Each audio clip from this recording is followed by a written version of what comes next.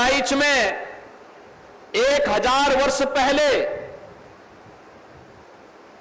महाराज सुहेलदेव ने गजनी के शासक सालार मसूद जब मंदिर तोड़ने के लिए आया था और यहां के पवित्र स्थलों को तोड़ने के लिए आया था, तो उसका जवाब देने के लिए उन्होंने भारत के सैनिकों के साथ उसका मुकाबला किया और उसे बुरी तरह परास्त करके वह सजा दी जो इस्लाम की दृष्टि से सबसे खराब सजा मानी जाती है, वह उसको दी। लेकिन हमें भर दिया गया कि सुहेलदेव की पूजा नहीं करनी, सुहेलदेव को मानना हमने बंद कर दिया। लोग सुहेलदेव का नाम ही भूल गए थे। ये हमारी सरकार जब आई तब हम लोगों ने महाराज सुहेलदेव का भव्य स्मारक बहराइच में बनाया, विजयोत्सव का स्मारक बहराइच में बनाया। और यही नहीं, आजमगढ़ में महाराज सुहेलदेव के नाम पर एक विश्वविद्यालय का निर्माण भी कराया गया, क्योंकि वे हमारे पूर्वज हैं, वे हमारे आदर्श हैं।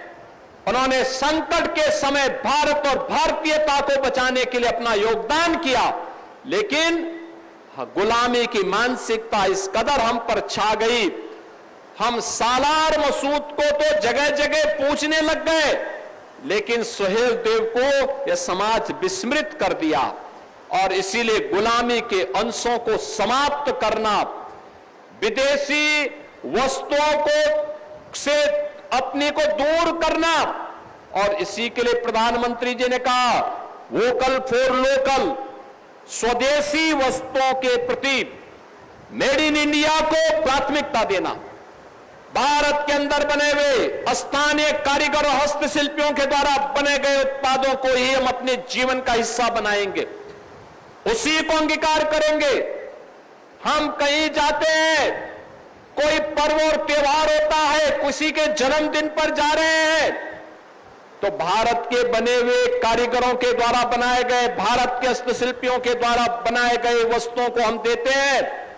अगर हम देंगे तो उसका मुनाफा भी हमारे कारीगर और हस्तशिल्पियों के पास जाएगा, उनके पास जाएगा, तो अब पैसा भारत की समृद्धि में लगेगा। अगर यही पैसा जब विदेशी कंपनियों के हाथों में जाता है, तो याद रखना यही पैसा आतंक, इसका मुनाफा आतंकवाद के कार्यों में खर्च होता है और भारत के खिलाफ फिर वह छद्म युद्ध भी और सीधे युद्ध भी लड़ने का कुत्सित प्रयास करता है। यह देश गुलाम इसलिए हुआ क्योंकि हम आपस में बटे थे, जाति के नाम पर, क्षेत्र के नाम पर, भाषा के नाम पर। विदेशी आक्रांत आते थे, लूटते थे, हम लोग मौन इसलिए रहते थे क्योंकि हमें लगता था आज उस पे हमला हो रहा है, हम सुरक्षित हैं। अगर आज हमारा पड़ोस में आग लगी है और हम ये मान करके चलते हैं कि हम सुरक्षित रहेंगे, तो अभी पड़ोस जल रहा है, हम मौन हैं, उस आग को बुझा नहीं रहे, तो कल हमें भी उसकी चपेट में आना ही आना होगा। लेकिन हम लोग भूल गए, परिणाम क्या था? देश गुलाम हो गया।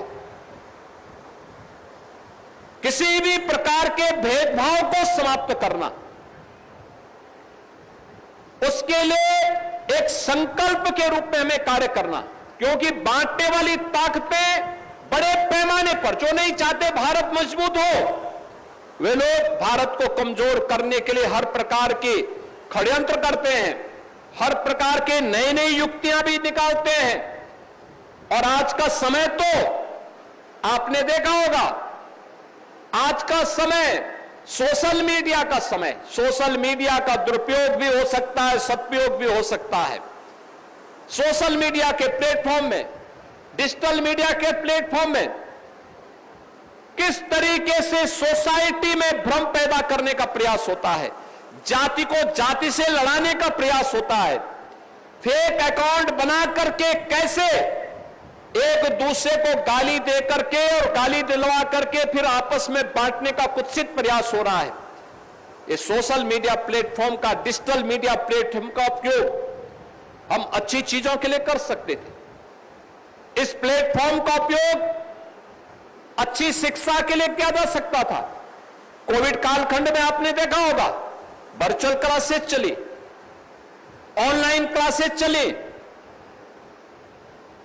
जगह जगह से शिक्षकों ने पाठ्यक्रम के माध्यम से अपने अच्छे कंटेंट देकर के बच्चों को पढ़ने के लिए प्रेरित किया। एक पक्ष उसका सकारात्मक है, जो सकारात्मक पक्ष है कि कहीं किसी ने अच्छा काम किया, उस अच्छे काम के हमने प्रचार प्रसार किया, और प्रचार प्रसार किया तो लोगों के मन में आया कि हां इसने अच्छा काम किया है, हम भी अच्छा करेंगे, एक स्वस्थ प्रतिस्पर्धा आगे बढ़ी। प्रधानमंत्री मोदी जी ने देशवासियों के सामने 25 वर्ष की एक रूपरेखा 2022 में तय की थी। उन्होंने कहा था भारत को विकसित भारत बनाना है, लेकिन विकसित भारत कब बनेगा? उन्होंने कहा था विकसित भारत तब बनेगा जब भारत इन पंच प्राणों को अपने जीवन का हिस्सा बनाएगा। कौन से पंच प्रण? उन्होंने कहा कि हमें अपनी विरासत का सम्मान करना होगा। देखिए, विरासत का सम्मान क्या? हमें अपने पूर्वजों और अपनी परंपराओं पर गौरव की अनुभूति करनी होगी, उन्हें मजबूत करना होगा, उन्हें अपने जीवन का हिस्सा बनाना होगा। और उसी की कड़ी थी जब आपने देखा होगा पूर्वजों ने एक संकल्प लिया था, एक देश में 2 विधान 2 निशान और 2 प्रधान नहीं चलेंगे का उद्घोष 1953 में डॉक्टर श्यामा प्रसाद मुखर्जी ने की थी। और कश्मीर में शेष भारत का कानून लागू हो, इसके लिए उन्होंने जब संघनाद किया था, इसके लिए उन्होंने अपना बलिदान देना पड़ा था। 1953 से लेकर के 2019 तक यह व्यवस्था कश्मीर के लिए चलती गई। कश्मीर में धारा 370 1952 में कांग्रेस ने बाबा साहब भीमराव अंबेडकर के न चाहने के बावजूद जबरन लागू किया, लेकिन डॉक्टर श्यामा प्रसाद मुखर्जी के इस संकल्प को साकार किया। एक देश में 2 प्रधान 2 निशान 2 विधान नहीं चलेंगे, यह साकार किया प्रधानमंत्री मोदी जी ने जब कश्मीर में धारा 370 को समाप्त करके कश्मीर से आतंकवाद और किसी भी प्रकार के भारत विरोधी गतिविधियों की सभी प्रकार की उनकी गतिविधियों और साजिशों को एक झटके में समाप्त करके कश्मीर को भारत के कानून के साथ जोड़ने का काम किया। विरासत का सम्मान क्या? यही है जो आपने देखा होगा 500 वर्षों का इंतजार जब समाप्त होता है, अयोध्या में रामलला का भव्य मंदिर का निर्माण होता है। विपक्षी दलों के लिए लगता था कि यह नहीं हो सकता, ये नहीं होना चाहिए, लेकिन संकल्प था राम भक्तों का और मर्यादा पुरुषोत्तम प्रभु श्री राम भारत के आदर्श हैं, भारतीयता के प्रतीक हैं। जब महर्षि वाल्मीकि ने नारद जी से पूछा